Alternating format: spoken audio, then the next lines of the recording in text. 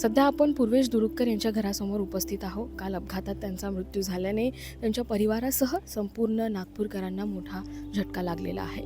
पूर्वेश दुरुक्कर यांच्याबद्दल बोलायचं झाल्यास ऑपरेशन सिंदूरमध्ये त्यांनी महत्त्वाची भूमिका राबवलेली होती आणि काल सरावादरम्यान रडारशी संपर्क तुटल्याने अवघ्या अर्ध्या तासात माहिती समोर आली की पूर्वेश दुरुक्कर यांच्यासह आणखी एका कॅप्टनचा या अपघातात मृत्यू झालेला आहे. जी प्राथमिक माहिती आम्हाला प्राप्त झाली आहे त्यानुसार 3 ते 4च्या दरम्यान आज पूर्वेश दुरुक्कर यांचा मृतदेह त्यांच्या निवासस्थानकावर येणार आहे.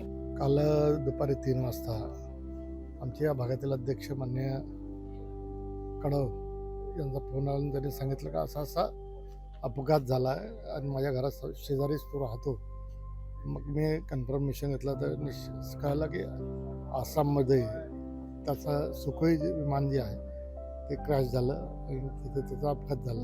मुळात एक दुर्दैवी घटना. म्हणजे त्याच्या विशेषतः त्याच्या आईवडिलांकरता परमेश्वर त्याच्या आत्म्यास शांती देव. एअरफोर्सने आम्हाला आज सांगितलं की त्यांची बॉडी आम्हाला आज 3 वाजेपर्यंत मिळेल. त्यासाठी सगळे लोक आप्तसंबंधी इथे आम्ही जमा झालेलो आहोत. पूर्वेश हा खूप जिज्ञासू मुलगा होता.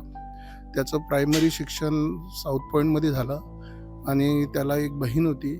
वडील त्याचे रेल्वेला जॉब करत होते. त्याने ॲक्टिव्ह मोमेंटमध्ये त्यांनी ऑपरेशन सिंदूरमध्ये पण त्यांनी पार्टिसिपेट केला.